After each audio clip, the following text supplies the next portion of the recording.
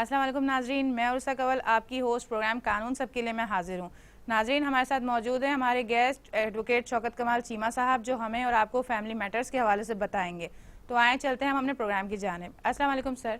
वालेकुम सलाम। कैसे हैं आप? मैं ठीक हूँ। सर, मेरा आपसे ये सवाल है कि मर्द अगर औरत को तलाक ना दे तो क्या औरत अदालत से रिजू कर सकती है?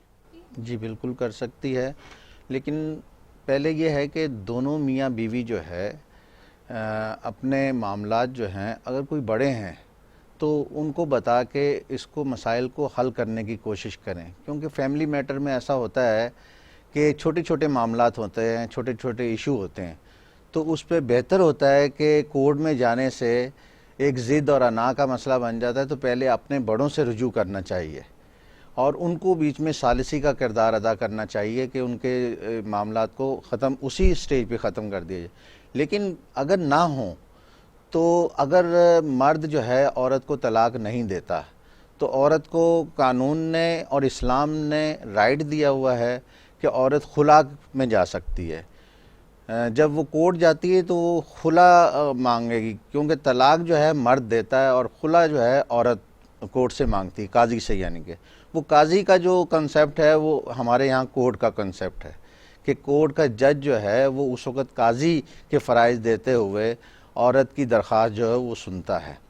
तो जब औरत जो है खुला के केस में कोर्ट से रजू करती है तो कोर्ट दोनों को बुलाता है, उसमें मर्द को भी वो नोटिस जारी करता है और औरत को भी। तो वो कोर्ट में जब आते हैं तो उसमें बेसिक जो शराइत होती है इस खुला के मैटर में, उसमें हक महर की एक रकम होती है जो मर्द ने निकाह के वक्त जो है वो औरत के मुख्तस की होती है कि वो अगर तलाक देगा तो उस सूरत में वो हक महर की रकम अदा करेगा, जो कि हमारे इस्लाम ने जो है वो फ़र्ज़ किया हुआ है कि वो तलाक की सूरत में उसका जो है हक महर वो लाजमी अदा करेगा। तो कोर्ट में जब वो रिजू करती है औरत तो उसको अपना हक महर छोड़ना पड़ता है। हक महर वो छोड़ने के बाद जो है वो खुला ले सकती है। तो जज जो है वो सबसे पहले उससे यही सवाल करता है कि आप अपना हक महर छोड़ने पर तैयार हैं। अगर वो तैयार है तो उसके बाद जो है कोर्ट कोशिश करती है कि अगर दोनों में सुलह हो सकती है, कोई पैचअप हो सकता है तो वो करवा दिया जाए। लेकिन अगर नहीं होता तो उस सूरत में बिल्कुल वो कोर्ट जो है वो खुला की डिग्री जारी करती है और इस तरह जो है उनमें अलहदगी हो जाती है। खुला के लिए औरत को किन किन शराइत को पूरा करना होता है? खुला में ये होता है कि पहली शर्त तो वही है कि उसको अपना हक महर छोड़ना है। वो हक महर के बगैर जो है वो कोर्ट से रजू नहीं कर सकती, पहली शर्त ये है। दूसरा उसमें यह है कि वो रीज़न बताएगी कोर्ट को कि आया वो क्या वजूहात हैं जिनकी वजह से जो है वो खुला लेना चाहती है। क्योंकि मियाँ बीवी का सिर्फ मामला नहीं होता है, कई दफ़ा ऐसा होता है कि बच्चे भी होते हैं तो उससे अफेक्ट होते हैं। तो बच्चों का मामला बहुत गंभीर हो जाता है, बग़ैर माँ बाप के। ज़ाहिर है बच्चे किसी एक तरफ जाएंगे तो वो एक बड़ा बच्चों की ज़िंदगी में जो है वो बड़ा नेगेटिव उसका असर पड़ता है।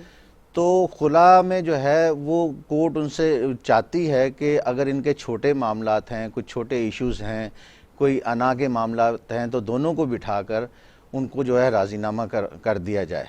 लेकिन अगर नहीं होता तो फिर खुला में यही शर्त है कि वो अपना वो हक महर छोड़ेगी और उसके बाद किसी सूरत भी वो नहीं आती इस पे कि मैं अपना खुला लाजमी लेनी है, तो फिर कोर्ट, हमारी कोर्टें पाबंद हैं, चूँकि इस्लाम ने कहा हुआ है कि फिर उस औरत को जो है खुश सलूबी से उसको जो है अलहदा कर दिया जाए।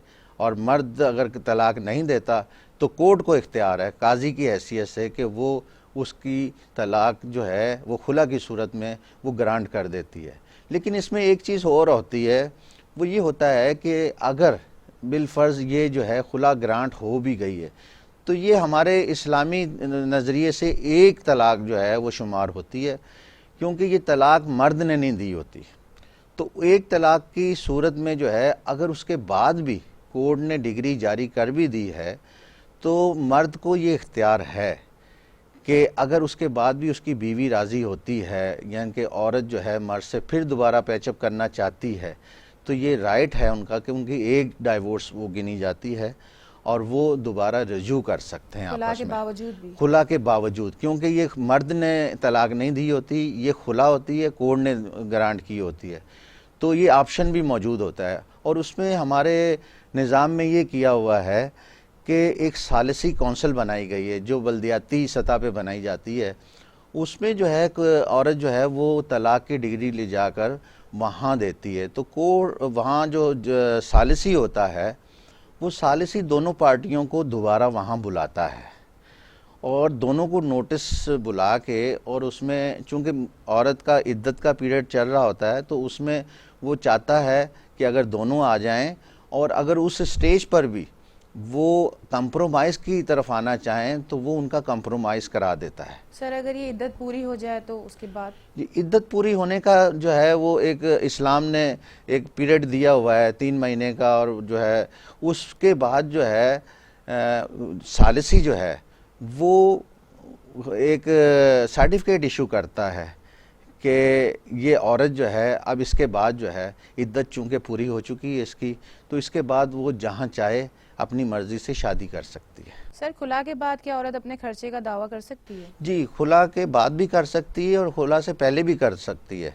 अगर वो नाराज़गी की सूरत में अपने मियाँ से अलहदा हो जाती है और अपने वालिदैन के घर पे या कहीं पे वो अपने रिलेटिव के घर पे रहती है तो ख़र्चे का दावा वो कर सकती है दोनों सूरतों में। खुला की सूरत में भी वो दावा कर सकती है और वो कोर्ट में जाके अपने इद्दत के ख़र्चे का भी दावा कर सकती है। अगर खुला हो गई है और उसके बाद जो इद्दत का पीरियड है वो भी जो है वो दावे में लिख सकती है कि मुझे जो है ना 3 महीने का जो पीरियड का है, चूँकि ये इस्लाम ने कहा है कि आप उसके इद्दत का ख़र्चा भी देंगे, तो उस सूरत में बिल्कुल उसका राइट है।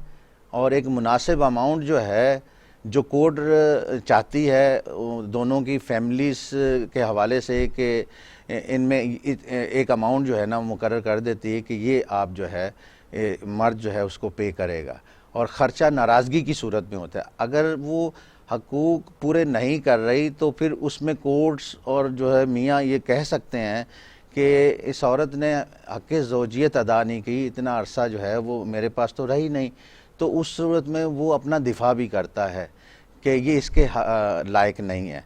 तो लेकिन उसका जो राइट है वो कोर्ट उसको दिलवाती है और वो बिल्कुल उसको ख़र्चा मिलता है और कोर्ट उसमें आर्डर करती है और उसको मर्द से वो ख़र्चा दिलवाने की पाबंद है। क्या औरत अपने बच्चों के खर्चे के लिए अदालत में दरख्वास्त दाखिल कर सकती है? जी बिल्कुल कर सकती है दाखिल। वो उसमें यह है कि वो अपना ख़र्चा भी जो है वो भी मांग सकती है मर्द से, और जो बच्चे हों उसके 1, 2, 3 जितने भी बच्चे हों उसके, और वो उनके ख़र्चे का एक साथ भी दावा कर सकती है और उसके अलहदा भी कर सकती है। और कोर्ट जो है उसमें उसका ख़र्चा जो है वो उसकी हैसियत के मुताबिक, मर्द की कमाई के मुताबिक, या वो कोई सर्विस करता है या कोई बिज़नेस चलाता है, उसके स्टेटस को देखकर कोर्ट जो है ये डिसाइड करती है कि बच्चे का ख़र्चा इतना तय होगा। और उसमें दूसरी सूरत ये होती है कि बच्चे की जो एजुकेशन है उसकी तालीम व तरबियत और उसके जो है कपड़े वगैरह, स्कूलिंग वगैरह के लिए जो है, ताकि उसको जो है वो ख़र्चा इतना हो कि वो उससे जो है वो औरत जो है उसको चला सके अपने निज़ाम को। तो ये सारी मर्द की ज़िम्मेदारी है, क्योंकि जितनी भी उसकी औलाद है वो मर्द की उसके ख़र्चे की ज़िम्मेदारी है जब तक वो बालिग नहीं हो जाते। तो इस वास्ते कोर्ट बिल्कुल उसको ख़र्चा भी दिलवाती है और उसके लिए मर्द को पाबंद करती है। और अगर मर्द ख़र्चा देता नहीं है तो कोर्ट उसमें ये भी कर सकती है कि जहाँ वो सर्विस करता है या जहाँ वो बिज़नेस है तो उसके सैलरी उससे अटैच कर सकती है और उसको आर्डर दे सकती है कि आपके सैलरी का इतना जो है हिस्सा जो है वो उसके ख़र्चे में जो है आप कोर्ट जमा करवाएं। तो कोर्ट जो है वो बिल्कुल ख़र्चे का दावा जो है उसका वो सुनती भी है और उस पर आर्डर भी करती है। बच्चों की कफ़ालत का ज़िम्मेदार कौन होता है, माँ या बाप? बच्चे की कफ़ालत का ज़िम्मेदार तो इस्लाम ने और कानून ने सिर्फ बाप को ही कहा है, लेकिन अगर दोनों मियाँ बीवी जो है वर्किंग करते हैं तो दोनों की ज़िम्मेदारी तो है कि दोनों बच्चों का ख्याल रखें। लेकिन इस्लाम ने और कानून ने मर्द को ही ज़िम्मेदार करार दिया है कि चूँकि उसकी औलाद है और वो औलाद के बाप होने के नाते वो ख़र्चा देने के पाबंद है, उनकी ज़िम्मेदारी बाप पर है। जब तक वो बालिग नहीं हो जाते, बाप जो है उनका, भले वो कुछ नहीं करता, अगर वो सर्विस नहीं करता, बिज़नेस नहीं करता, फिर भी वो पाबंद है अपने बच्चों की जो कफ़ालत करने के लिए, उनके ख़र्चे पूरे करने के लिए बाप भी ज़िम्मेदार है, उसे ही वो करना है, ऐसा नहीं है। हाँ, एक सूरत है जैसे बाप नहीं है, अगर बाप फौत हो जाता है तो ये ज़िम्मेदारी फिर दादा दादी पे भी जो है वो डाली जा सकती है, और वो औरत जो है अपने ससुर से भी ये मुतालबा कर सकती है अपने बच्चों की कफ़ालत का, क्योंकि ज़िम्मेदारी बाप से मुंतकिल होकर फिर उसके दादा पे चली जाती है। तो इस वास्ते बच्चों का ख़र्चा जो है वो टोटल जो है बाप पर है, वो अदा करेगा। तलाक की सूरत में औरत किस हुकूक के तहत अपने बच्चों को अपने पास रख सकती है? तलाक की सूरत में ये होता है कि बच्चे जो है, बच्चे बहुत परेशान होते हैं इस वास्ते कि बच्चे रुल जाते हैं दोनों की आपस की टेंशनों में, आपस के झगड़ों में। दोनों नहीं सोचते कि हमारे बच्चों का क्या होगा, और बच्चों का मुस्तकबिल ख़राब हो जाता है। और ख़ास तौर पे जो छोटे बच्चे हैं उनके लिए बहुत प्रॉब्लम होती है। हमारे आए दिन कोर्टों में ये मसाइल जो है बड़े तकलीफ़ दे होते हैं कि हम देखते हैं वहाँ पर कि बच्चे जो है अगर बाप को दिए जाएं तो माँ परेशान होती है, अगर माँ को दिया जाए तो बाप परेशान होता है, और एक खींचा तानी वाला माहौल हो जाता है वहाँ पर। कोर्टों ने आजकल ये किया हुआ है कि एक साइड पर जो है एक मुलाकात की एक जगह बनाई हुई है, जहाँ पे उन फैमिलीज़ दोनों को बुलाकर और उस बच्चे की दोनों को बिठाया जाता है, और उसमें उनको टाइम दिया जाता है कि अगर बाप के पास कस्टडी है बच्चे की तो वो माँ को मिलने दे वो, और बच्चा उससे लेकर माँ को दिया जाता है कि वो 1 घंटा 2 घंटे जो कोर्ट टाइम मुकर्रर करती है उसमें वो अपनी तवज्जो जो है अपने बच्चे पे दे सके। या अगर औरत के पास बच्चे हैं तो वो बाप जो है वो उनको कम से कम वो टाइम मिले 1-2 घंटे कि वो बच्चे से वो मानूस हो सकें, बाप का पता चल सके उसको, बच्चे को, छोटे को, कि भाई ये मेरा बाप है। और उससे एक चीज़ और होती है कि बाप और या माँ की बच्चे से अटैचमेंट और उसकी मोहब्बत, उसका प्यार उसको मिलता है, तो उसे एहसास होता है कि ये मेरा बेटा है, उस बच्चे को एहसास होता है कि ये मेरी माँ है या मेरा बाप है। तो ये बहुत ज़रूरी है, और कोर्ट इसमें जो है बड़ा किरदार अदा करती है। और बच्चे की जो है कस्टडी जो है उसकी मुलाकात वहाँ कोर्ट में वो करवाई जाती है। सर, अगर माँ या बाप मुलाकात ना करवाएं तो इस पर कोई सज़ा है?